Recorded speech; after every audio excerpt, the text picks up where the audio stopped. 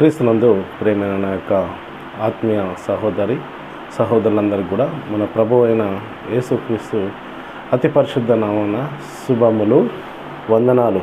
మనందరి ఆత్మలకు తండ్రి అయిన దేవాదేవునికి కృతజ్ఞతాస్తుతులు, స్తోత్రాలు చెల్లించుకుంటున్నాము. ప్రియులారా, మరొక మారు దేవుని యొక్క కృపా సన్నిధానంలో మనమందరం కూడా కూడుకొని దేవుని స్తుతించడానికి, ఆరాధించడానికి దేవుడు మనకు అనుగ్రహించిన ఈ సమయాన్ని బట్టి మన దేవాదేవునికే కృతజ్ఞతాస్తులు, స్తోత్రాలు చెల్లిస్తున్నాను.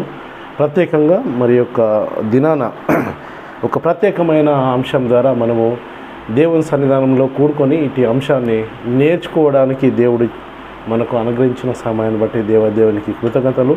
ప్రాముఖ్యంగా ది బైబుల్ ట్రూవర్స్ అకాడమీ యొక్క ఫేస్బుక్లో కానీ యూట్యూబ్లో కానీ వీక్షిస్తున్న నా యొక్క ఆత్మీయ సహోదరులందరికీ కూడా మరొకసారి మన ప్రభు యేసుక్రీస్తు పేరిట వందనాలు తెలియజేస్తున్నాను. అలాగే మన తండ్రి అయిన దేవునికి కృతజ్ఞతాస్తుతులు, స్తోత్రాలు చెల్లిస్తున్నాను. ప్రియులారా, ఈ యొక్క దినాన మరి వింటున్న మీరు ది బైబుల్ ట్రూవర్స్ అకాడమీ ఈ యొక్క ఫేస్బుక్ను కానీ యూట్యూబ్ను కానీ మీకు తగినంత మటుకు ఇతరులకు షేర్ చేయండి, వినిపించండి. అంశాలని, సత్యాన్ని తెలుసుకోవడానికి, మన సత్యం వైపు మళ్లించడానికి మీరు కూడా మీ వంతు సహాయాన్ని చేస్తూ వారికి మీరు షేర్ చేయడం వల్ల మీ అనుదిన ప్రార్థనలో మరి ఇటు యొక్క పరిచర్యను జ్ఞాపకం చేసుకోవడం వల్ల మమ్మల్ని బలపరిచిన వారైతారు. కాబట్టి ప్రియులారా, ప్రత్యేకంగా ఈ యొక్క దినాన మనము తెలుసుకుంటున్న అంశం ఏంటి అంటే, మరి ఇజ్రాయేలు దైవాస్తురాదములు, నేడు క్రైస్తవులు దైవాస్తురాదములు. అంటే ఇజ్రాయిళ్లకు దైవాశీర్వాదములు, నేటి క్రైస్తవులకు దైవాశీర్వాదములు ఎలా ఉండేవి అనే విషయాన్ని గురించి మనము నేడు తెలుసుకుందాం. పిల్లరా, ప్రాముఖ్యంగా ఈ విషయాన్ని గురించి ఎందుకు తెలుసుకోవాల్సిన అవసరం వచ్చిందంటే, నేడు మరి బైబిల్ గ్రంథంలో నుంచి మన హస్తంలో ఉన్న, మన దగ్గర ఉన్న బైబిల్ గ్రంథంలోనే మరి 2 చట్టాలు ఇవ్వబడినట్టుగా మనం బైబిల్ గ్రంథంలో చూస్తున్నాం. పిల్లరా, 2 జనాంగాల్ని మనము బైబిల్ గ్రంథంలో చూస్తున్నాము. ఒకటి నాటి దైవ జనాంగమైన ఇజ్రాయెల్ ప్రజలు, నేడు క్రైస్తవులు అనబడుతున్న మనము. నాడు జీవిస్తున్న దైవజనమైన ఇజ్రాయేళ్లకు ఇవ్వబడిన ఆశీర్వాదాలు ఈ యొక్క మన పరిశుద్ధ గ్రంథంలోనే ఉన్నాయి. నేడు క్రైస్తవులుగా జీవించబడుతున్న నేటి క్రైస్తవులకు కూడా మరి ఈ ఇవ్వబడిన ఆశీర్వాదాలు మరి ఈ బైబిల్ గ్రంథంలోనే ఉన్నాయి. ఈ ఒక జనాంగము ఇజ్రాయేల్ ప్రజలైతే, రెండో జనాంగము క్రైస్తవులుగా మనము బైబిల్ గ్రంథంలో చూస్తున్నాం. ఈ 2 జనాంగములు అనుసరించుటకు 2 చట్టాలు మన చేతిలో ఉన్న, మన చేతిలో ఉన్న ఈ యొక్క బైబిల్ గ్రంథంలోనే 2 చట్టాలు ఉన్నట్టుగా మనం చూస్తున్నాం. ఈ 2 జనాంగాలు అనుసరించుటకు ఇవ్వబడిన చట్టములు మన దగ్గర, మన బైబిల్లో ఉన్నవి కాబట్టి మరి ఎవరు అనుసరించడానికి అది ఉంది.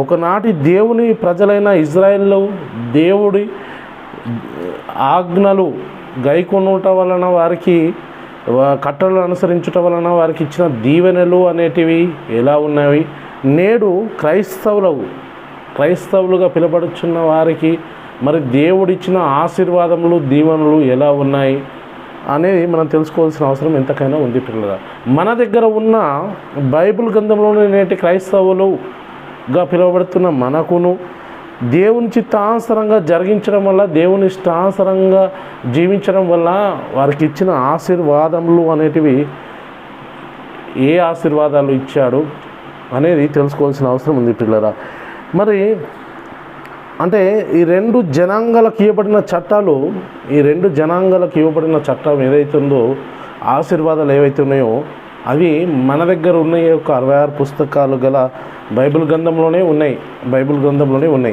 అయితే ప్రియులరా, ఈ 2 జనాంగాలకు దేవుడు ఇస్తానన్న ఆశీర్వాదములు కూడా మన దగ్గర ఉన్న బైబిల్లోనే ఉన్నవి కదా. అయితే మరి ఇప్పుడు మన దగ్గర ఉన్న బైబిల్లో 2 చట్టములు, 2 ఆశీర్వాదములు ఉన్నవి కనుక ఈ 2 చట్టములు మనకే వర్తిస్తాయా అంటే, నేడు క్రైస్తవులుగా జీవిస్తున్న మనకు కూడా ఈ 2 చట్టాలు, 2 ఆశీర్వాదాలు అనేటివి మనకు కూడా వర్ధిస్తాయా? లేదంటే ఇజ్రాయేల్లోకి ఇవ్వబడిన ఆశీర్వాదములు, క్రైస్తవులకు ఇవ్వబడిన ఆశీర్వాదములు మన దగ్గర ఉన్న బైబిల్లో ఉన్నవి కనుక 2 ఆశీర్వాదములు మనకే వర్ధిస్తాయి, లేక రెండిట్లో ఏదో ఒక ఆశీర్వాదము మనకి వర్ధిస్తుందా అని తెలుసుకోవాల్సిన అవసరం ఎంతకైనా ఉంది పిల్లరా. ఇది మనము తెలుసుకోవాల్సిన అవసరం ఉంది కాబట్టి ఈ యొక్క అంశాన్ని ముందుకు తీసుకురావడం అనేది జరిగింది. ఎందుకంటే ఈనాడు ఆదివారం వచ్చినా మరి ఏం చేసినా ఏ విధమైనా కానీ మరి సంఘంలో బోధిస్తున్న బోధ ఎలా ఉందంటే మరి బైబిల్ గ్రంథంలో ఉన్న ఆశీర్వాదాలన్నిటి గురించి చెప్తూ వాటిని నేటి క్రైస్తవులకు బోధిస్తూ ఉన్నారు. కాబట్టి ఈ అంశాన్ని ముందుకు తీసుకురావడం జరిగింది పిల్లలు. ఎందుకు ఇంత స్పష్టంగా తెలుసుకోవాల్సిన అవసరం ఎందుకుందంటే నేటి దినాల్లో అనేక మంది బోధకుల రీతి చూస్తే ఏముందంటే నాటి దైవ జనాంగమైన ఇజ్రాయిలు వారు ఏ చట్టం అయితే పాటిస్తే వారికి దేవుడు ఇస్తానన్న దీవెనలు ఆశీర్వాదాలు వాళ్లకు ఇస్తానన్న ఆశీర్వాదాల గురించి నేటి క్రైస్తవులు అనబడుచున్న మనకు అవే దీవెనలు ఉన్నవి, అవే ఆశీర్వాదాలు ఉన్నాయి అని చెప్పేసి చెప్తున్నారు పిల్లరా. జాగ్రత్తగా ఆలోచించి ఎవరికి ఇస్తానన్న ఆశీర్వాదం వారికే వర్ధిస్తుందా లేదా అనేది మనం తెలుసుకోవాల్సిన అవసరం ఉంది. ఎవరికి ఇచ్చిన ఆశీర్వాదాలు వారికే వర్ధిస్తున్నాయి కనుక ఎవరికి ఇస్తానన్న ఆశీర్వాదం వారికే బోధించే అవసరము ఉంది. నాడు ఇజ్రాయేల్ ప్రజలు దేవుని జనాంగంగా ఉన్న వారికి ఇచ్చిన ఏదైతే ఆజ్ఞలు మరి ఆశీర్వాదాలు ఉన్నాయో అవి పాటిస్తే వారికి ఇస్తానన్న ఆశీర్వాదాలు తీసుకొచ్చి నేడు క్రైస్తవుల్లో సంఘములో బోధించడం అవే ఆశీర్వాదాలు మనకు వస్తాయని చెప్పడము చాలా విడ్డూరంగా ఉన్నట్టుగా మనం చూస్తున్నాం పిల్లరా. ఒక్కసారి నేడు దేవుడు మనకిచ్చిన చట్టము నెరవేస్తే మనము ఎలాంటి ఆశీర్వాదం పొందుకుంటాం, నేడు క్రైస్తవులు అనబడుచున్న మనము ఎలాంటి ఆశీర్వాదములు పొందుకుంటాము అనే సంగతులు మనము తెలుసుకోవాల్సిన అవసరము ఎంతకైనా ఉంది పిల్లరా. ఏమిటంటే ఇజ్రాయేళ్లకు ఇస్తానన్న ఆశీర్వాదం నేటి బోధకులు క్రైస్తవులమైన మనకు బోధించడం వలన మనము దానివల్ల ఏమన్నా లాభ పొందుతున్నామా? మనల్ని ఏం చేస్తున్నానంటే ఆ ఆశీర్వాదాలు చూపించి సంఘంలోనికి వచ్చిన తర్వాత మనం మభ్యపెట్టి మనకు ఆ ఆశీర్వాదములు ఉన్నాయి ఈ ఆశీర్వాదములు ఉన్నాయి అని చెప్పేసి చెప్తూ ఏం చేస్తున్నారంటే మన బైబిల్ గ్రంథంలో ఉన్నాయి కదా కాబట్టి నేడు క్రైస్తవుల బైబిల్లో ఉన్న అన్ని సంగతులు మనకే వర్తిస్తాయి అని చెప్పేసి మరి సంఘంలో బోధిస్తూ ఉన్నారు. కనుక బైబిల్లో ఉన్న అన్ని దీవెనలు మనకు కూడా వర్తిస్తాయి అని చెప్తున్నారు కాబట్టి బోధకులు వారికి మనము కొన్ని విషయాలు నేడు తెలియజేద్దాం. క్రైస్తవులమైన మనము ఏదైనా ప్రార్థన కూటమి పెడితే అక్కడ కొందరు బోధకులు ఏం చెప్తున్నారంటే బోధిస్తూ ఉన్నారంటే దేవుడు మరి ఇజ్రాయేళ్లకు ఇస్తానన్న ఆశీర్వాదాలు ఏవైతే ఉన్నాయో ఆ ఆశీర్వాదాల గురించి చెప్తూ అవే ఆశీర్వాదాలు నేడు మనకు కూడా ఉన్నాయని చెప్తా ఉన్నారు పిల్లరా. కాబట్టి మనము నేడు ఈ అంశాన్ని గురించి ప్రత్యేకంగా తెలుసుకోవాల్సిన అవసరం ఉన్నది కాబట్టి ఈరోజు ఈ అంశాన్ని గురించి తెలుసుకుందాం పిల్లరా. నువ్వు దేవుడు అయిన యెహోవా మాట శ్రద్ధగా వింటే ఏం చేస్తాను విను. నేను నీకు ఆజ్ఞాపించిన ఆయన ఆజ్ఞలన్నింటినీ అనుసరించి నడుచుకునేలా నీ దేవుడైన యెహోవా భూమి మీద సమస్త జనముల కంటే నేను హెచ్చించును అని దేవుడు ఇజ్రాయేళ్లకు ఇస్తానన్న దీవెనలు ఆశీర్వాదములను గురించి విశ్వాసులకు నేటి బోధకులు చెప్తున్నారు పిల్లరా. మేము ఎవరిని విమర్శించడం కానీ తప్పుపట్టడం కానీ లేదు, కానీ బైబిల్లో ఇలా ఉంది కాబట్టి ఇవన్నీ మనకే వర్తిస్తాయి అని చెప్పేసి చెప్తా ఉన్నారు. బైబిల్లో ఉన్నాయి కాబట్టి ఇవి మనకు కూడా వర్తిస్తాయి, లేకుంటే బైబిల్లో ఉండేది కాదు అని చెప్పేసి అనుకుంటూ ఉన్నారు. బైబిల్లో ఇలా చెప్పడానికి మాత్రమే మేము ముందుకు వచ్చాము అని చెప్పేసి అంటూ ఉన్నారు. బైబిల్ ఇలా చెప్తుంది కాబట్టి మేము చెప్తా ఉన్నాం అని ముందుకు వస్తున్నారు. కాబట్టి ప్రియులారా ఒక్కసారి ఆలోచించండి, అది ఏ కాలానికి ఎట్టి కాలానికి వర్ధిస్తుంది అనేది మనం తెలుసుకోవాల్సిన అవసరము ఎంతకైనా ఉంది. ఎందుకంటే బైబిల్ గ్రంథంలోనే ఉన్నది కాబట్టి మనం బైబిల్లోంచే చూపిస్తున్నాం కదా రెఫరెన్స్. ఆ బైబిల్లోంచే చెప్తున్నప్పుడు నువ్వు అడ్డుకుంటున్నావు ఏంది అని చెప్పేవాళ్ళు ఉన్నారు. కాబట్టి నాటి జనాంగమైన ఇజ్రాయిలు అంటే దేవుని జనాంగం, ప్రాముఖ్యంగా మనము 2 జనాంగాల్ని 2 చట్టాలని బైబిల్ గ్రంథంలో చూస్తున్నాం. అలాంటప్పుడు ఈ రెండు చట్టాలు రెండు జనాంగాలుగా ఉన్న విభజించబడుతున్న బైబిల్లో ఏ చట్టము ఎవరికి ఇవ్వబడింది, ఏ ఆశీర్వాదములు ఎవరికి ఇవ్వబడినాయి అనేది తెలుసుకోవాల్సిన అవసరం ఉంది మనకు నేడు క్రైస్తవులమైన మనం. కాబట్టి కొద్ది ఆలోచించి కొద్ది టైము మనం వెచ్చించి ఈ యొక్క అంశాన్ని గురించి మనం తెలుసుకొని ఆత్మీయ స్థితిలో బలపడడానికి ప్రయత్నం చేద్దాం ప్రియులారా. ఒక్కసారి ఆలోచిస్తే ఇజ్రాయేల్ ప్రజలకు దేవుడు ఇచ్చిన ఆశీర్వాదములు ఎలా ఇచ్చేవాడు అనే విషయాన్ని, దేనికి సంబంధించిన ఆశీర్వాదాలు ఇచ్చాడు అనే విషయాన్ని మనం తెలుసుకుందాం పిల్లలు. ఇక్కడ ద్వితీయోపదేశ కాండంలో మనం చదువుకున్నట్టయితే ద్వితీయోపదేశ కాండము 28వ అధ్యాయము నేను చదువుతా. 28వ అధ్యాయము 1 నుంచి 6 వచనాలు మనం చూసుకున్నట్టయితే, నీవు నీ దేవుడైన యెహోవా మాట శ్రద్ధగా విని నేడు నేను నీకు ఆజ్ఞాపించుచున్న ఆయన ఆజ్ఞలన్నింటినీ అనుసరించి నడుచుకునే ఎడల నీ దేవుడైన యెహోవా భూమి మీదనున్న సమస్త జనముల కంటే నిన్ను హెచ్చించును. ఏం చెప్తా ఉన్నాడు? నీవు నీ దేవుడైన యెహోవా మాట శ్రద్ధగా విని నేడు నేను నీకు ఆజ్ఞాపించిన ఆయన ఆజ్ఞలన్నింటినీ అనుసరించి నడుచుకున్న ఎడల ఏం చేస్తానంటుండు? నీ దేవుడైన యెహోవా భూమి మీదనున్న సమస్త జనముల కంటే నిన్ను హెచ్చించును, సమస్త దినముల కంటే నిన్ను హెచ్చించును అని చెప్తున్నాడు. ఏ విధంగా చెప్తున్నాడు ఇది అంటే శరీరకంగానే చెప్తున్నాడు. ఇంకా చూద్దాం కిందికి 2వ వచనం. నీవు నీ దేవుడైన యెహోవా మాట విన్న ఎడల ఈ దీవెనలన్నీ నీ మీదికి వచ్చి నీకు ప్రాప్తించును, ఈ దీవెనలన్నీ నీ మీదికి వచ్చి నీకు ప్రాప్తించును అంటున్నావు. నీవు పట్టణంలో దీవింపబడదువు, పొలంలో దీవింపబడదువు, నీ గర్భఫలము, నీ భూఫలమును, నీ పశువుల మందయు నీకు, నీ దుక్కి తెద్దును, నీ గొర్రె మేకల మందయు దీవింపబడును అని చెప్పేసి అంటా ఉన్నాడు. ఇంకా చదువుకుందాం పిల్లలు. ఇంకా చదువుకుంటే 5వ వచనం. నీ గంపయు పిండి పిసుకు నీ తొట్టియు దీవింపబడును, నీవు లోపలికి వచ్చినప్పుడును దీవింపబడదువు, వెలుపలికి వెళ్ళినప్పుడును దీవింపబడదువు. ఈ దీవెనల గురించి చెప్తా ఉన్నాడు. ఎవరికి?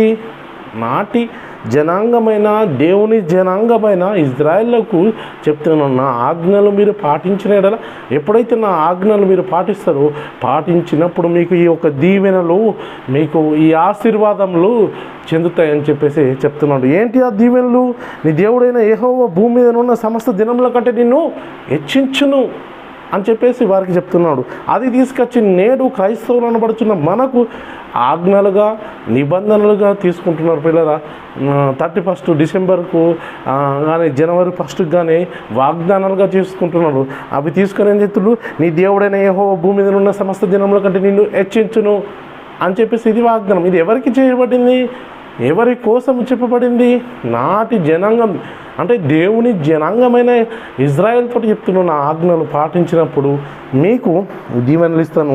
నీవు పట్టణంలో దీవింపబడదు, పొలంలో దీవింపబడదు, నీ గర్భఫలము దీవింపబడును, నీ భూఫలము దీవింపబడును, నీ పశువుల మందలు దీవింపబడును, నీ దుక్కి టెద్దులు దీవింపబడును, నీ గొర్రె మేకలు మందలు దీవింపబడును, నీ గంప పిండి పిసుకు నీ తొట్టియు దీవింపబడును, నీవు లోపలికి వచ్చినప్పుడు దీవింపబడదు, వెలుపలికి వెళ్ళినప్పుడు కూడా దీవింపబడదు.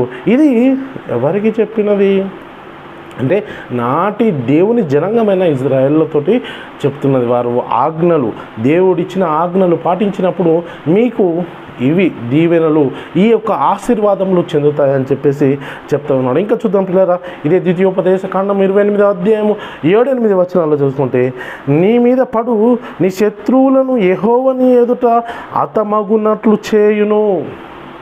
నీ మీద పడు నీ శత్రువులను యెహోవా నీ ఎదుట హతమగునట్లు చేయను. వారొక త్రోవను నీ మీదకి బయలుదేరి వచ్చి 7 త్రోవలను నీ ఎదుట నుండి పారిపోదురు. ఒక్క త్రోవలు వస్తారు కావచ్చు నీ మీదకి, నిన్ను భయపెట్టడానికి, నీ మీద యుద్ధం చేయడానికి. కానీ వారిని 7 త్రోవల ఏం చేస్తా అంటుండు? వారొక్క త్రోవలో నీ మీదకి బయలుదేరి వచ్చి 7 త్రోవలని ఎదుటి నుండి పారిపోదురు. నీ కొట్లలోనూ నీవు చేయు ప్రయత్నములన్నిటిలోనూ నీకు దీవెనలు కలుగునట్లు యెహోవా ఆజ్ఞాపించును.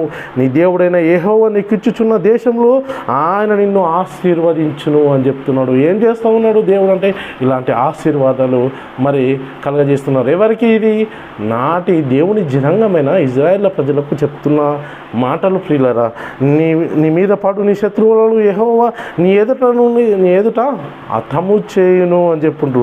వేరొక త్రోవలు నీ మీదకి బయలుదేరి వచ్చి మరొక త్రోవలో నీ మీదకి బయలుదేరి వచ్చి 7 త్రోవలని ఎదుటి నుండి పారిపోదురు అని చెప్పేసిండ్రు. నీ కొట్లలో నీవు చేయు ప్రయత్నములన్నిటిలోనూ నీకు దీవెనలు కలుగునట్లు యెహోవా ఆజ్ఞాపించును అని చెప్తుండ్రు. నీ దేవుడైన యెహోవా నీకు ఇచ్చుచున్న దేశంలో ఆయన నిన్ను ఆశీర్వదించును అని చెప్పేసి చెప్తా ఉన్నాడు పిల్లరా. ఇలాంటి ఈ ఆశీర్వాదములు ఎవరికిచ్చాడు అంటే మరి నాటి దేవుని జనాంగమైన ఇజ్రాయేల్ ప్రజలు ఎప్పుడైతే దేవుడు ఇచ్చిన ఆజ్ఞలు వారు పాటించి దాని ప్రకారంగా జీవిస్తారో అప్పుడు వారికి ఈ యొక్క ఆజ్ఞలు పాటించినప్పుడు ఈ యొక్క దీవెనలు అనేటివి ఇచ్చిండు. నీ గర్భఫలము విషయంలోనూ, నీ పశువుల విషయంలోనూ, నీ పంట విషయంలోనూ నీకు సమృద్ధిగా మేలు కలుగును. నీ దేశం మీద వర్షమును దాని కాలమును కురిపించుటకును అని చెప్పేసి నీవు చేయు కార్యములన్నింటినీ ఆశీర్వదించేదను అని చెప్పేసిండు. ఆకాశమును తన మంచి ధననిధులను తెరుచును, నీవు అనేక జనములకు అప్పిచ్చేదేవు కానీ నువ్వు అని చెప్పేసి అంటుండు. యెహోవా నిన్ను తలగా నియమించును కానీ తోకగా నియమించడు అని చెప్తుండు.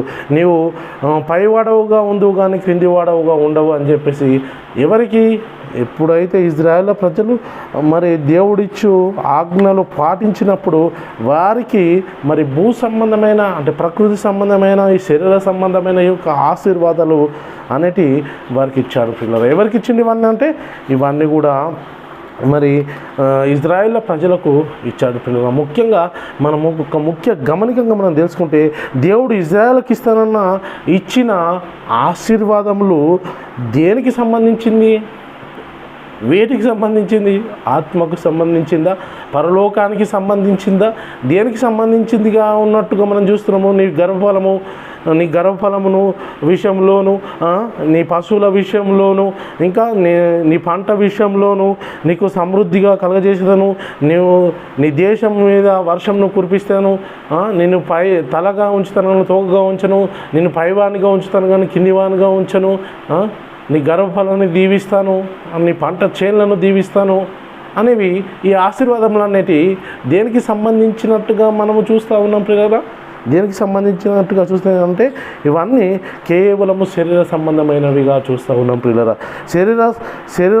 శరీరాలకు కావలసినవి మాత్రమే, శరీరాలకు అవసరమైన వాటి గురించి మాత్రమే ఇక్కడ ఈ యొక్క దీవెనలు ఆశీర్వాదాలు చూస్తున్నాం.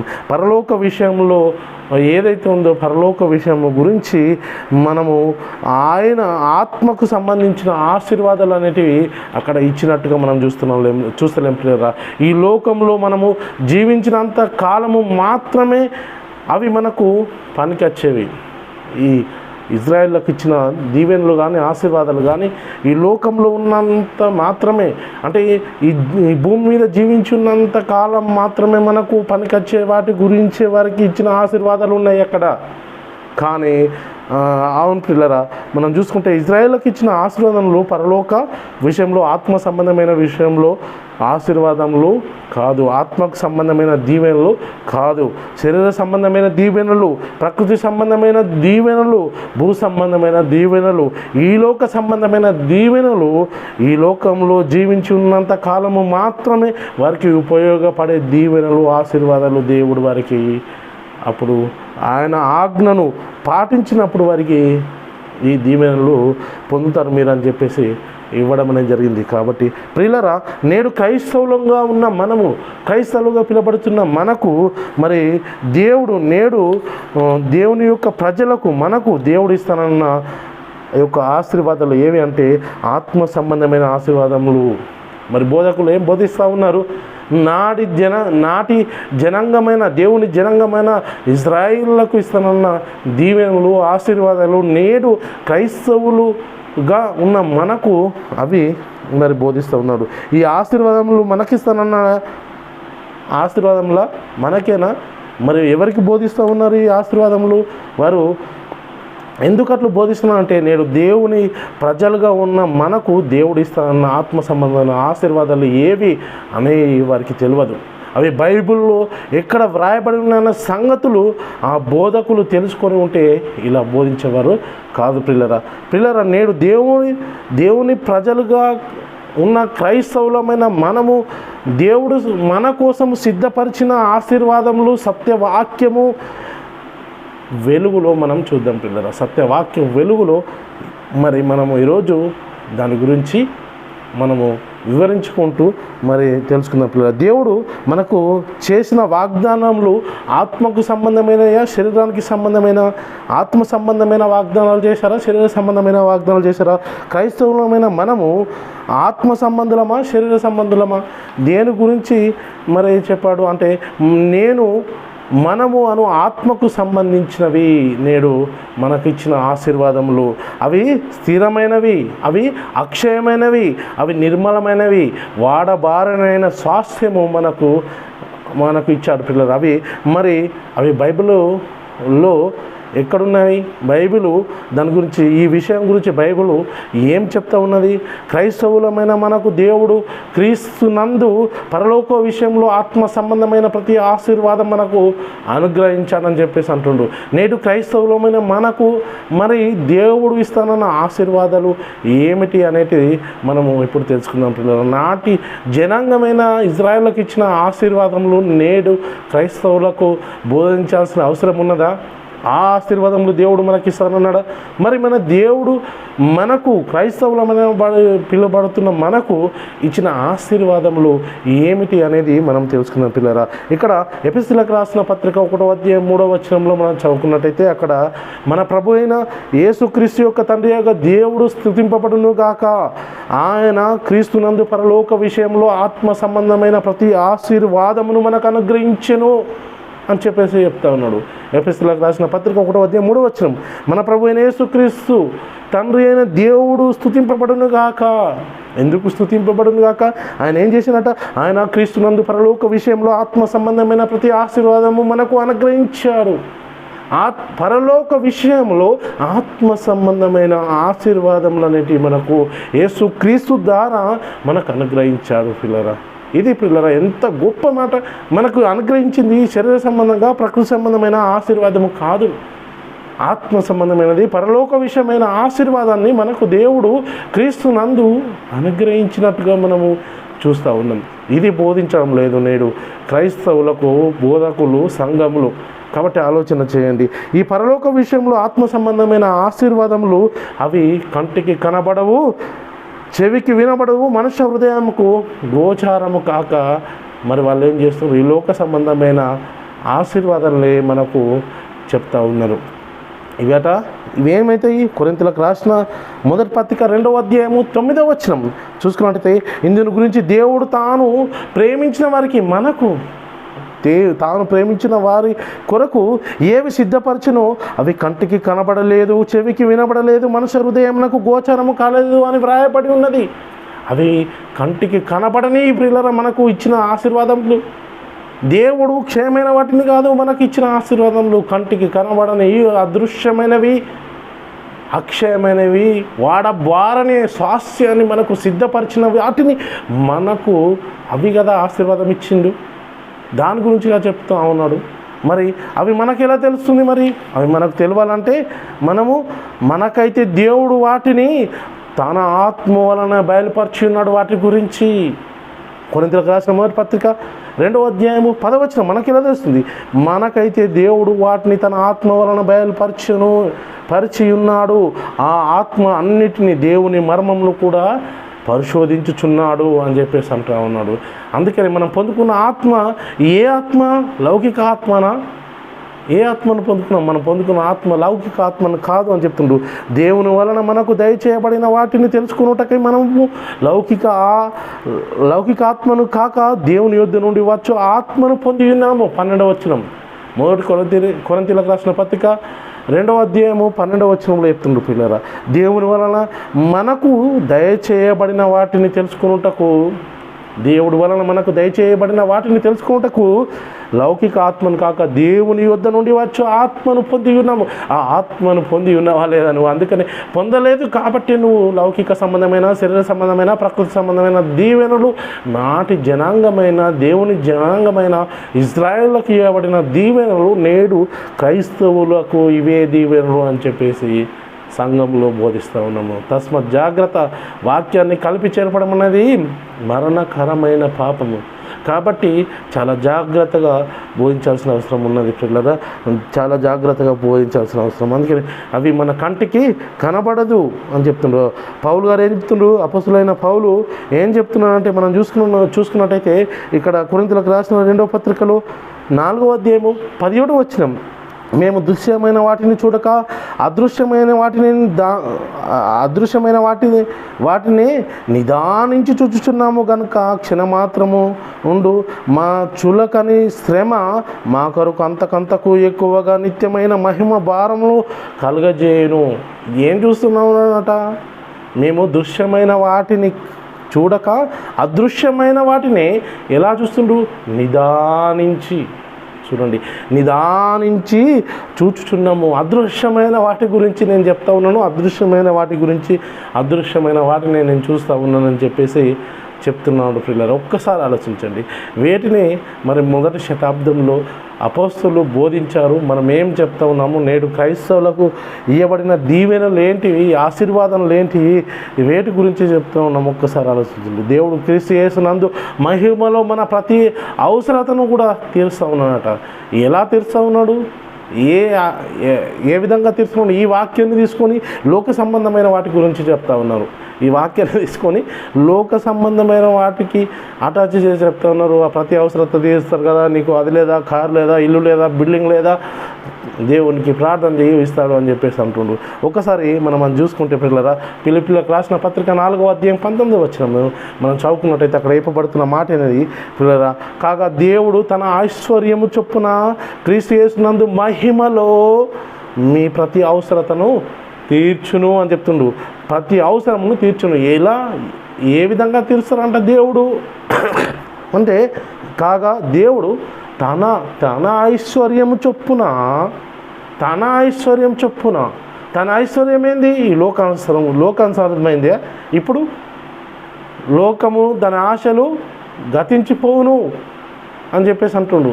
లోకంలో ఉన్నంత శరీరాశ, నేత్రాశ, జీవపు డమ్మం ఇవి తండ్రి వలన కలిగినవి కావు అని చెప్తున్నాడు. అలాంటప్పుడు తన ఐశ్వర్యం చొప్పున అంటే ఇవెందుకైతే పిల్లరా? ఏంటి తన ఐశ్వర్యము? పరలోక ఆశీర్వాదములు. తన ఐశ్వర్యం చొప్పున దేవుడు తన ఐశ్వర్యం చొప్పున క్రీస్తు యేసునందు మహిమలో నీ ప్రతి అవసరత, పరలోక సంబంధమైన విషయంలో, పరలోక విషయంలో ప్రతి అవసరతను మనకు తీరుస్తారని చెప్పేసి తెలుసుకోవాలి పిల్ల. శ్రేష్టమైన ప్రతి ఈవును, సంపూర్ణమైన ప్రతి వరమును క్షమించండి,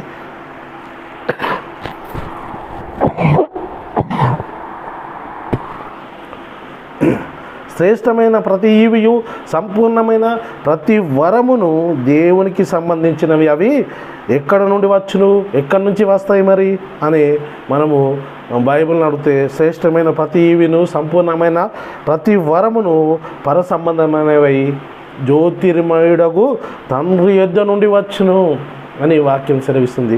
ఒక్కసారి చూద్దాం పిల్లరా. యాకోబు రాసిన పత్రికలో 1వ అధ్యాయం 16వ 17వ వచనంని, శ్రేష్టమైన ప్రతి ఈవిను నా ప్రియ సహోదరులారా మోసపోకుడి, శ్రేష్టమైన ప్రతి ఈవియు, సంపూర్ణమైన ప్రతి వరమును పర సంబంధమై జ్యోతిర్మయుడగు తండ్రి యొద్ద నుండి వచ్చును. ఆయన యందు ఏ చంచలత్వమైన గమనంలో వలన కలుగు ఏ ఛాయనను లేదు. చూడండి, శ్రేష్టమైన ప్రతి ఈవియును, సంపూర్ణమైన ప్రతి వరమును పర సంబంధమైనవై, ఏవి? లోక సంబంధమైనది కాదు, పర సంబంధమైనదై జ్యోతిర్మయుడకు తండ్రి యొద్ద నుండి వచ్చును. ఒక్కసారి ఆలోచించండి. మనమేమో ఈ భూ సంబంధమైన వాటి గురించి మరి సంఘానికి వెళ్తున్నాం. భూ సంబంధమైన వాటిని మనకు బోధకులు బోధిస్తూ ఉన్నారు. కాబట్టి తస్మత్ జాగ్రత్త. ఏవి నేడు క్రైస్తవులు అనబడుచున్నాం. మనకు దేవుడు ఇచ్చిన ఆశీర్వాదాలు లోక సంబంధమైనవే, పర సంబంధమైనవే, పరలోకానికి సంబంధమైనవే? ఏవి ఒక్కసారి ఆలోచించండి, వాక్యాన్ని తెలుసుకోండి, సత్యాన్ని తెలుసుకోండి, సత్యానుసారంగా జీవించడానికి ప్రయత్నం చేద్దాం పిల్లరా. ఇంకా చూసుకున్నట్టయితే ఇక్కడ తిమోతికి రాసిన రెండవ పత్రిక 1:10. ఎందుకంటే ఒక్కసారి ఆలోచించండి, యేసుక్రీస్తు ద్వారా మనకు దేవుడు ఎలా అనుగ్రహించాడు. అంతకుముందు మనం ఏమై ఉన్నాము, దేవునికి మనకు దేవుడు మన ముఖము చూడనేరకున్నాడట. ఎందుకు? మనకు దేవునికి పాపములు అడ్డుగా ఉన్నాయి. అడ్డుగా ఉన్నప్పుడు యేసుక్రీస్తు ఈ లోకానికి వచ్చి దేవుడు తన సొంత కుమారుని పాప శరీరాకరంతో పంపించి తన శరీరమందు పాపములకు శిక్ష విధించి ఆయనను మృతుల నుండి తిరిగి లేపటం వలన మరి ఏం జరిగింది అనే విషయము మనం తెలుసుకోవాల్సిన అవసరం ఉంది పిల్లరా. తిమోతికి రాసిన రెండవ పత్రిక 1:10 మనం చూసుకున్నట్టయితే, క్రీస్తు యేసును మన రక్షకుని ప్రత్యక్షత వలన బయలుపరచబడినదియునైనా తన కృపను బట్టి మనలను రక్షించి పరిశుద్ధమైన పిలుపుతో ఆయన మనల్ని పిలిచెను. పరిశుద్ధమైన పిలుపుతో ఆయన మనల్ని పిలిచెను. ఆ క్రీస్తు యేసు మరణమును నిరర్ధకం చేసి జీవమును అక్షయతను సువార్త వలన వెలుగులోనికి తెచ్చను. ఏం చేశారండి పిల్లరా? ఆ క్రీస్తు యేసు మరణాన్ని నిరోధకం చేసిందట. మరణాన్ని నిరోధకం చేసి జీవమును అక్షయతను సువార్త వలన వెలుగులోనికి తీసుకురావడం జరిగింది. ఇంత గొప్ప కార్యం చేశారండి పిల్లరా యేసుక్రీస్తు. ఒక్కసారి ఆలోచిస్తున్నామా? ఇవన్నీ పెట్టుకొని ఇంకా లోకం వైపు మనం తిరుగుతున్నాం. ఎంతసేపు మనకు లోకంలో ఉన్న నాకు కారు కావాలి, నాకు బంగ్లా కావాలి, నాకు ఆశీర్వాదం ఇస్తలేదు మా అయ్యగారు అని చెప్పేసి అంటున్నాడు. మనం ప్రేరేపించడం అలాగే ఉన్నది, సంఘంలో అయ్యగారు చెప్పడం కూడా అదే దీవెనలు ఉన్నాయి. ఒక్కసారి ఆలోచించండి, ఈ దీవెనలు మనం పొందుకుంటున్నామా లేదా? యేసుక్రీస్తు ద్వారా తన ఐశ్వర్యం చొప్పున మనకు అనుగ్రహించిన దీవెనలు ఏంటివి తండ్రి అంటే ఈ దీవెనలు ప్రియులారా. యేసుక్రీస్తు ఏం చేసిండు? మరణాన్ని నిరర్ధకం చేసి జీవమును అక్షయతను సువార్త వలన వెలుగులోనికి తెచ్చిండు. అక్షయమైనది, నిర్మలమైనది, వాడబారనైన సాక్ష్యాన్ని మనకు అనుగ్రహించాడు ప్రియులారా. ఒకసారి చూద్దాం, క్షమించండి, పేతురు రాసిన మొదటి పత్రిక 1:3-4 మనం చూసుకున్నట్టయితే అక్కడ చెప్పబడుతున్న మాట, మన ప్రభు అయిన యేసుక్రీస్తు తండ్రి అయిన దేవుడు స్తుతింపబడును కాక, మృతుల నుండి యేసుక్రీస్తు తిరిగి లేచుట వలన జీవంతో కూడిన నిరీక్షణను మనకు కలుగునట్లు, అనగా అక్షయమైనది, నిర్మలమైనది, వాడబారైన స్వాస్థ్యము మనకు కలుగునట్లు ఆయన తన విశేష కనికరం చొప్పున మనల్ని మరలా జన్మింపజేసెను అంటుండు పిల్లరా. చూడండి, ఏంటి మనకు లభించిందంటే అక్షయమైనది, నిర్మలమైనది, వాడబారనేది, శాస్త్రమైనది మనకు మరి కలగజేసిన ఇవి మన కంటికి కనిపించడం లేదు, మన హృదయానికి గోచారం కావడం లేదు.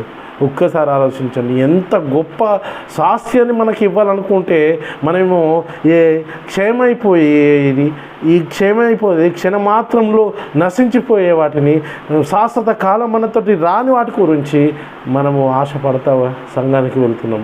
ఒక్కసారి ఆలోచించి ఏ దీవెనలు మనకు దేవుడు నేటి క్రైస్తవులు అనబడుచున్న మనకు దేవుడు ఇచ్చిన దీవెనలు, ఆశీర్వాదాలు ఏవి అంటే ఇవి ప్రియులారా. ఇంత చక్కని ఈవులు మనకు అనుగ్రహించాడు. తనతో నిత్య మహిమలో మనల్ని జీవింపజేయడానికి మనకిచ్చాడు. అలాంటి దీవెనలు విడిచిపెట్టుకుని లోకంలో ఉన్న వాటి గురించి మనము వెతుకుతూ ఉన్నాము, లోకాశలకు వెళ్తూ ఉన్నాము. యేసుక్రీస్తు మరి లోకానికి వచ్చి ఏం చేసిండు?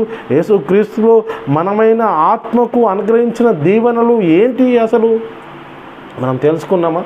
ఒక్కసారి మనం తెలుసుకోవాల్సిన అవసరం ఉన్నది.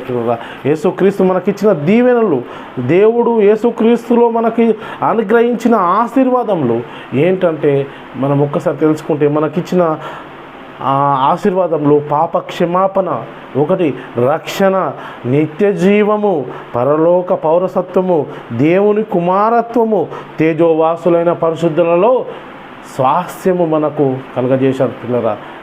చూడండి, ఇంత గొప్ప ధన్యత దేవుడు మనకిస్తే వీటిని విడిచిపెట్టుకొని లోకంలో ఉన్న వాటి గురించి మనము ఎంతసేపు ఆలోచిస్తున్నాము. కాబట్టి తస్మాత్ జాగ్రత్త ప్రియ సహోదరి సహోదర, ఈ వాక్యాన్ని వింటున్న మనము ఇక్కడైనా మనలో మార్పు వచ్చి మనము దేవుని వైపు పరలోక స్వాస్థ్యాన్ని పొందుకునే వారిగా మనము ఆలోచిస్తూ ఆత్మల రక్షణ వైపు మనము కొనసాగడానికి ప్రయత్నం చేద్దాం పిల్లరా. ఇక్కడైనా మన మనసు పొందిన ఆత్మీయతలో ఎదగడానికి ప్రయత్నం చేద్దాము. మనము మొట్టమొదటిగా యేసుక్రీస్తు ద్వారా పొందుకుంటుంది ఏంటంటే పాప క్షమాపణ.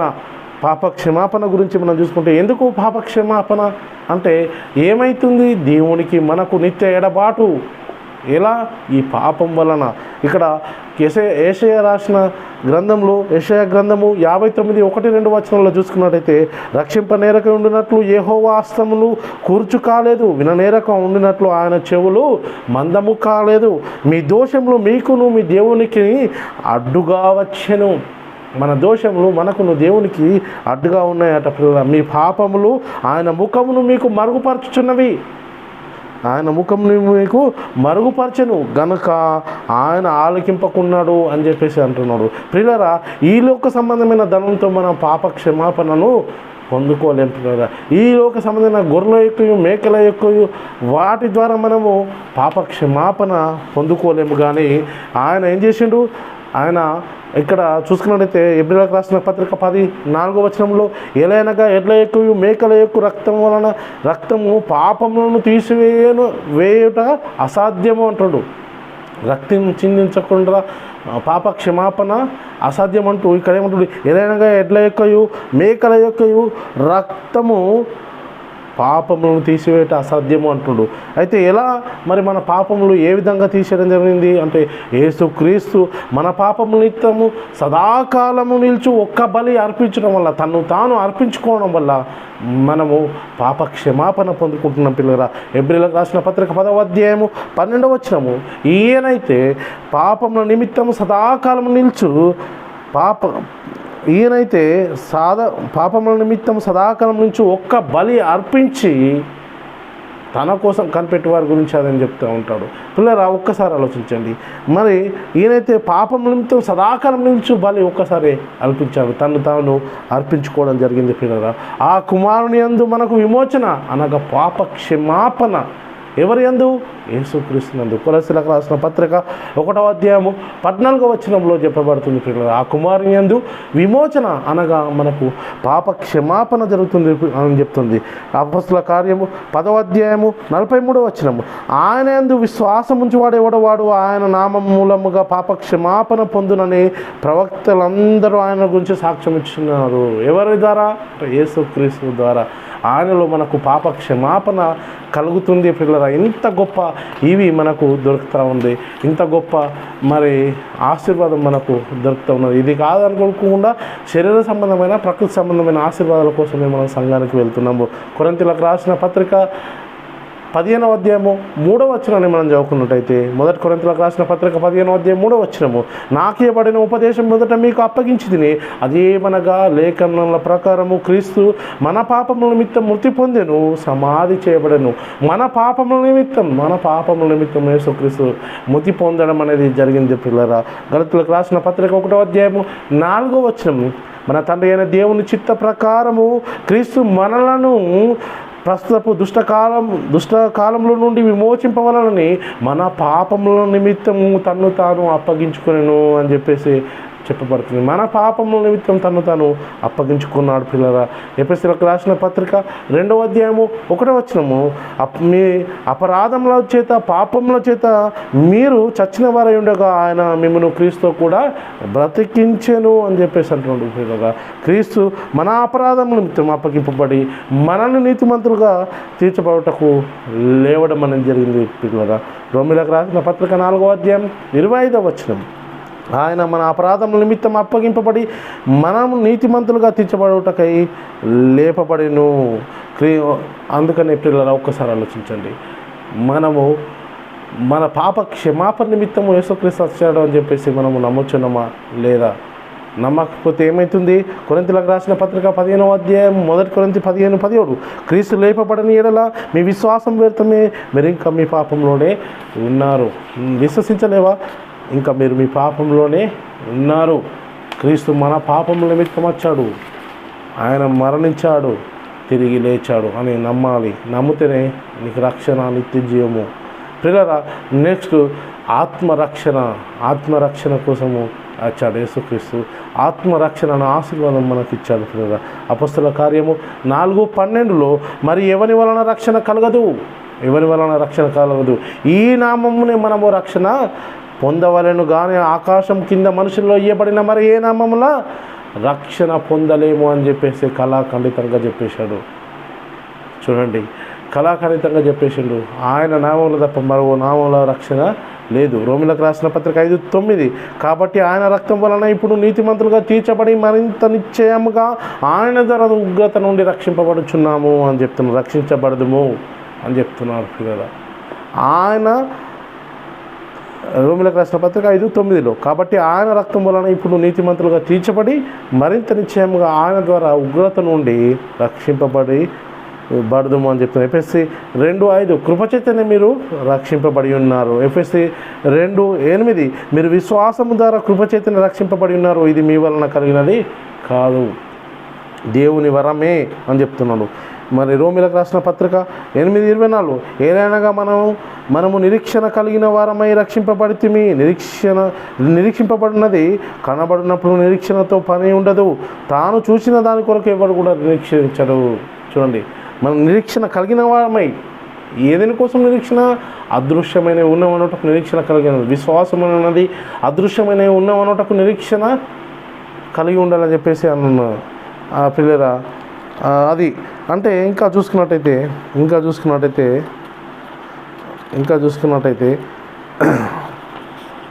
నిత్య జీవము గురించి మనము తెలుసుకుందాం పిల్లరా. మూడోది నిత్య జీవం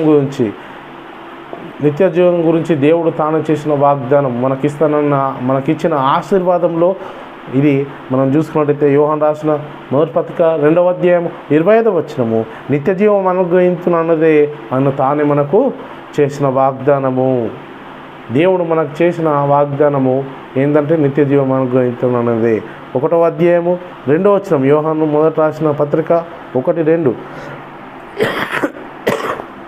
ఆ జీవము ప్రత్యక్షమాయను, తండ్రి యొద్ద నుండి మాకు ప్రత్యక్షమాయను. ఆ నిత్య జీవమును మేము చూసి ఆ జీవమును గురించి సాక్ష్యం ఇస్తూ దాన్ని మీకు తెలియపరుచున్నాం. చూడండి, ఎక్కడుండినట్టు ఈ జీవము అంటే తండ్రి యొద్ద నుండి ప్రత్యక్షమైన ఆ జీవమును చూసి మేము మీకు సాక్ష్యం ఇస్తున్నాము అని చెప్పేసి చెప్తా ఉన్నారు పిల్లలు. ఆ జీవం ఎవరిలో ఉన్నది? మరి ఆ జీవము ఎవరి గురించి చెప్తా ఉన్నాడు ఈ వాక్యం అంటే యోహాను రాసిన మొదటి పత్రిక 5వ అధ్యాయము 10-12 వచనం చూసుకున్నాం పిల్లరా. ఆ సాక్ష్యం ఏమనగా దేవుడు మనకు నిత్య జీవమును దయచేసెను. ఈ జీవమును ఆయన కుమారుని యందు ఉన్నది. ఎవరు? యేసుక్రీస్తులో ఉన్నది. దేవుని కుమారుని అంగీకరించేవాడు జీవం గలవాడు, దేవుని కుమారుని అంగీకరింపలేనివాడు జీవం లేనివాడు అని చెప్తున్నాడు. దేవుని కుమారుని నామందు విశ్వాసం ఉంచు మీరు నిత్య జీవం గలవారని తెలుసుకున్నట్లు నేను ఈ సంగతులు మీకు రాయిచున్నాను అని చెప్తున్నారు పిల్లరా. రోమా 6వ అధ్యాయం 20-22 మీరు పాపమునకు దాసులై ఉన్నప్పుడు నీతి విషయంలో నిర్బంధులైన వారై ఉంటిరి. పాపమునకు దాసులై ఉన్నప్పుడు నీతి విషయమే నిర్బంధులై ఉంటిరి. ఇప్పుడు పాపం నుండి విమోచింపబడి దేవునికి దాసులైనందున పరిశుద్ధత కలుగుటకై మీకు ఫలము, దాని అంతము నిత్య జీవము అని చెప్పేసి అంటూ ఉన్నాడు పిల్లల. దేవుడు ఎవరికి నిత్య జీవం ఇచ్చాడు? మరి ఎవరికి నిత్య జీవం ఇస్తానని చెప్తుండు? సత్క్రియలు ఓపిక చేయుచు మహిమ ఘనత అక్షయత వెతుకు వారికి నిత్య జీవాన్ని ఇస్తానని చెప్పేసి అంటూ ఉన్నాడు. 2వ అధ్యాయము రోమిలకు రాసిన పత్రిక 2వ అధ్యాయం 7వ వచనము సత్క్రియను ఓపికగా చేయుచు మహిమను ఘనతను అక్షయతను వెతుకు వారికి నిత్య జీవం ఇచ్చుతును అని చెప్పేసి అంటున్నాడు.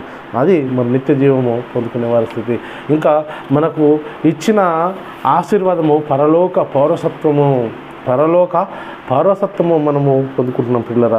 మనము పరలోక పరిస్థితం అనేది దేనికి పరలోక పరిస్థితము అంటే పరలోక పౌరసత్వం అనేది శరీరానిక ఆత్మక అంటే ఆత్మకు పిల్లరా. మనము చూసుకున్నట్టయితే ఈ లోకానుసారంగా మనము ఇక్కడ పుట్టామంటే ఈ లోకంలో అంటే ఈ దేశంలో మనం ఒక పౌరస్థితి పొందుతాము. దేనికి అంటే శరీరానికి. ప్రాముఖ్యంగా మనం ఆలోచిస్తే మనిషి ఎందరు పురుషుల కలయిక అంటే ఇద్దరు పురుషుల కలయిక. బాహ్య పురుషుడు, అంతర్య పురుషుడు.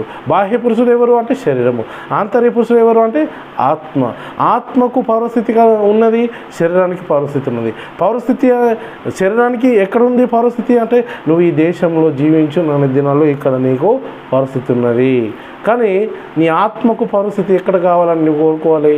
నీ ఆత్మ పరిస్థితి ఎక్కడుంది? మరి పరలోకమందున్నది పిల్లలు నీ యొక్క ఆత్మ పరిస్థితి. కాబట్టి మనము భూమి మీద ఏమై ఉన్నాము? యాత్రికులము, పరదేశులమై ఉన్నాము. మన పరిస్థితి ఎక్కడుంది అంటే పరలోకంలో ఉన్నది. చూద్దాం ఒకసారి ఫిలిప్పీయులకు రాసిన పత్రిక 3వ అధ్యాయం 20వ వచనము. మన పౌరస్థితి పరలోకమందున్నది.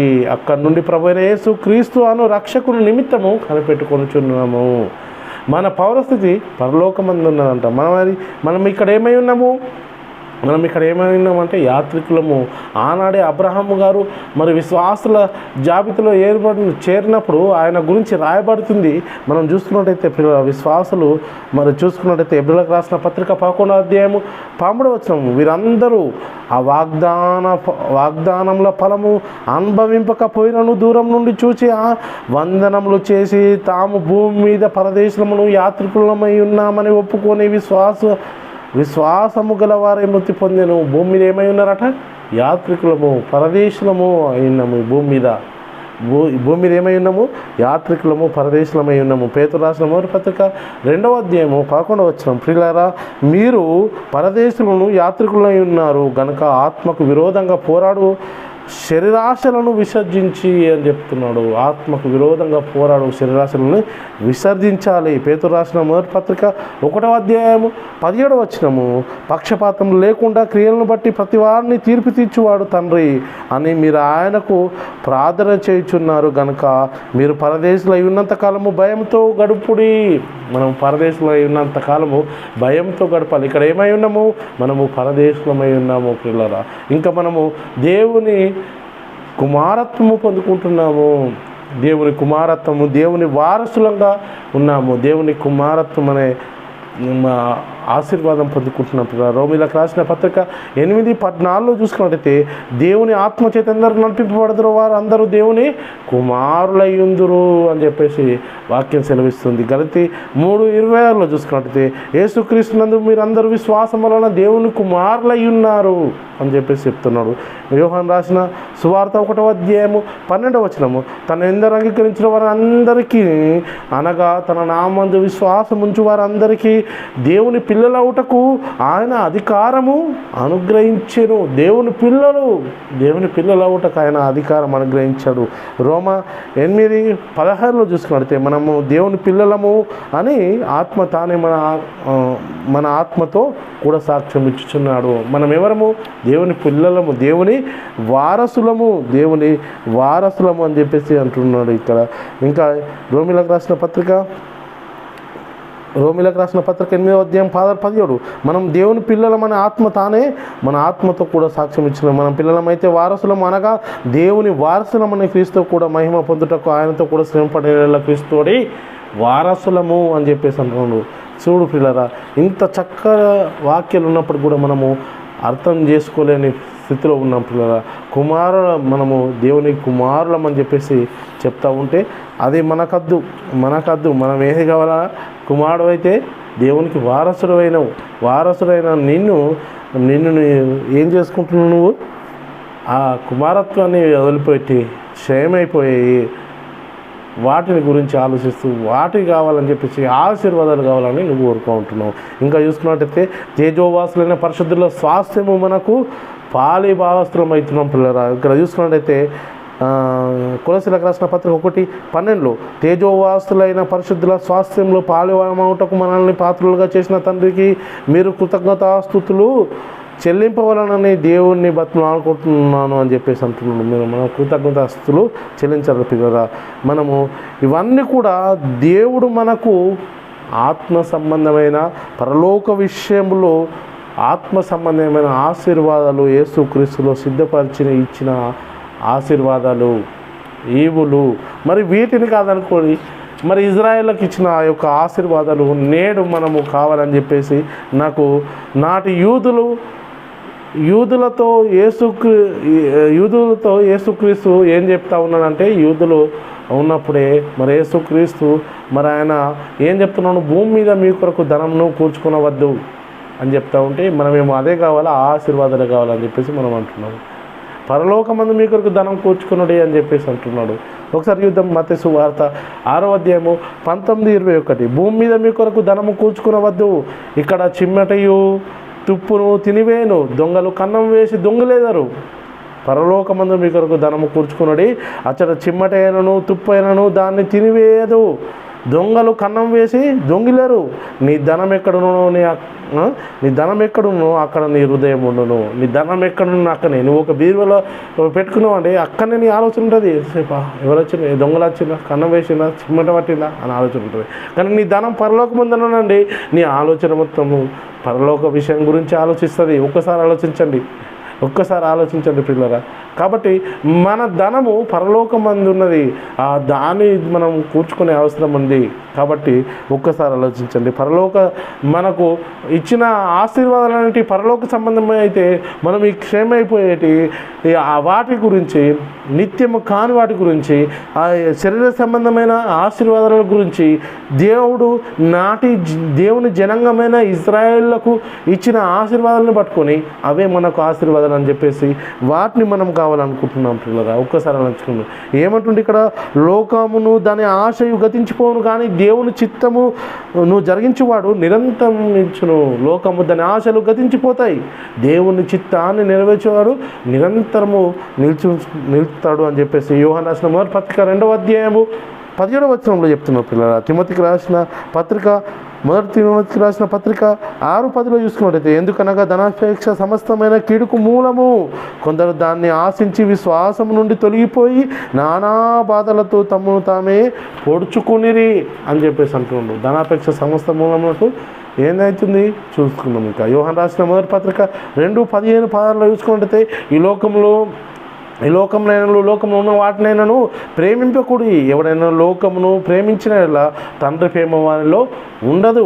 లోకంలో ఉన్నదంతా అనగా శరీరాశ, నేత్రాశ, జీవపు డమ్మము తండ్రి వలన పుట్టినవి కావు, అవి లోక సంబంధమైనవే.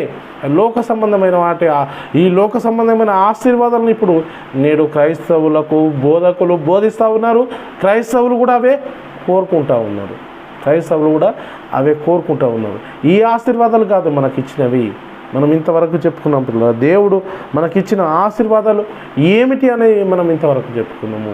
కాబట్టి ఒక్కసారి ఆలోచించండి. కొరింథీయులకు రాసిన పత్రిక 1 కొరింథీ 15వ అధ్యాయం 19వ వచనం చెప్తుండు, ఈ జీవితకాలం మట్టుకి మనం క్రీస్తునందు నిరీక్షించబడిన వారైన ఎడల మనుషులందరికంటే దౌర్భాగ్యులమై ఉంటాము అని చెప్పేసి. ఈ జీవితకాలం మట్టుకు అంటే ఈ శరీరంలో జీవించినంత కాలం మట్టుకే మనకు క్రీస్తు కావాలి, ఈ క్రీస్తు దగ్గరికి రావాలి, సంఘానికి వెళ్ళాలి అని నిరీక్షించినాం అనుకో, మనుషులందరికంటే దౌర్భాగ్యుడు అవుతావు. ఎందుకు? దేవుడు నీకు ఇచ్చిన ఆశీర్వాదములు ఏమిటి? చాలామంది క్రైస్తవులు సాక్ష్యం చెప్తా ఉన్నారు పిల్లరా. ఏమని చెప్తుండు? దేవుడు నాకు ఇల్లు ఇచ్చాడు, దేవుడు నాకు కారు ఇచ్చాడు, దేవుడు నాకు ఉద్యోగం లేదు ఉద్యోగం ఇచ్చాడు, దేవుడు నాకు పిల్లలు కలగజేశాడు, దేవుడు నాకు ఏం చేశాడు? పరీక్షల్లో పాస్ చేశాడు, ఉద్యోగాన్ని ఇచ్చాడు, వ్యాపారంలో అభివృద్ధి కలగజేశాడు, దేవుడు నాకు ఉద్యోగంలో ప్రమోషన్ ఇచ్చాడు అని చెప్పి సాక్ష్యం చెప్తాడు. దేవుడు నాకు భూమిని ఇచ్చాడు, నాకు ఇల్లు కట్టుకోవడానికి సహాయం చేశాడు. పిల్లరా, ఇప్పుడు వీరు చెప్తున్నవే దేవుడు